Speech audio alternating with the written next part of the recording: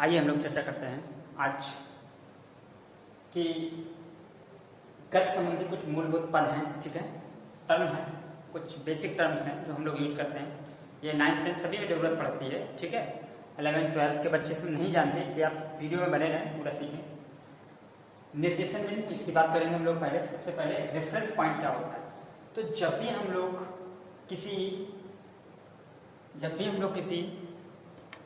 एक ऑब्जेक्ट के मोशन की बात करते हैं, गति की बात करते हैं, तो हम लोग जब भी उसकी मेजरमेंट करते हैं तो हम लोगों को कोई एक पॉइंट बिंदु निर्धारित करना पड़ता है कि किस समय अंतराल से मैं इसकी गणना करूंगा, ठीक है, किस बिंदु से ये चलना प्रारंभ करेगा।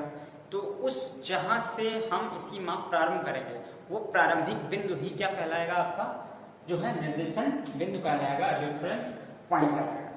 दूसरा है दूरी क्या होती है। तो दो निर्देशन बिंदुओं के मध्य तय किए गए पथ की कुल लंबाई क्या होगी, आपकी दूरी होगी। जैसे कोई ऑब्जेक्ट इस स्थान पर रखा है, ये इस तरह से घूम के आया, तो आप इस पाथ की पूरी लंबाई पथ की आप मेजर कर लीजिए, ये क्या कहलाएगी, आपकी कहलाएगी दूरी। ये स्टार्टिंग बिंदु है और ये अंतिम, ठीक है।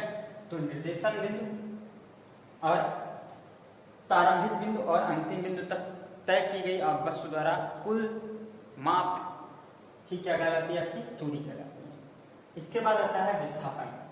तो विस्थापन में प्रारंभिक बिंदु तथा अंतिम बिंदु से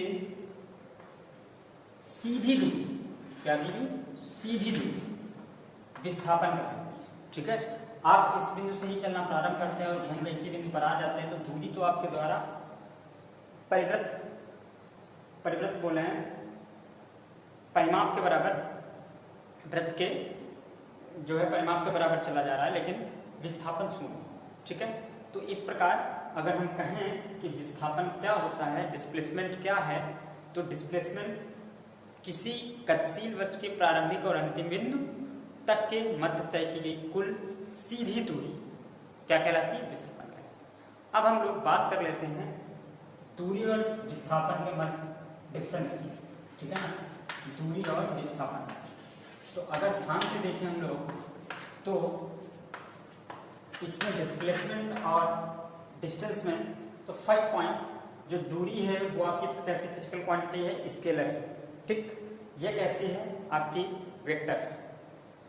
इसका मात्रक इसमें दिशा नहीं होती, इसमें दिशा होती, ठीक है। या आपको मैं लिख नहीं रहा हूं क्योंकि फिर बहुत हो जाएगा, आप सुनिए इसको, अपनी खुद कॉपी में नोट कीजिए। इसके बाद तीसरा पॉइंट आप लिख सकते हो कि इसमें केवल परिमाण होता है और इसमें परिमाण तथा दिशा दोनों होती है, ठीक है।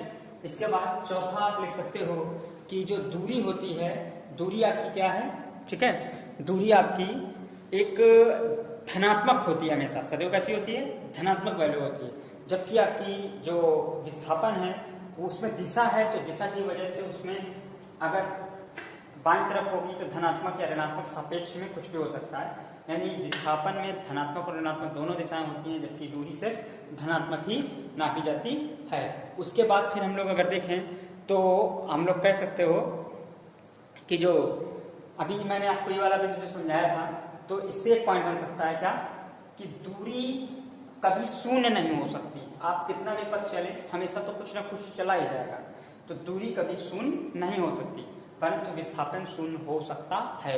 ये मुख्य आपको मैंने 5 अंतर बताए, इन 5 अंतर को आप लोग सीखिए, याद कीजिए और इनको कीजिए, अपनी अभ्यास का पुस्तक में लिखिए और इनको याद जरूर कीजिएगा, ठीक है। इसमें इतना ही रखते हैं।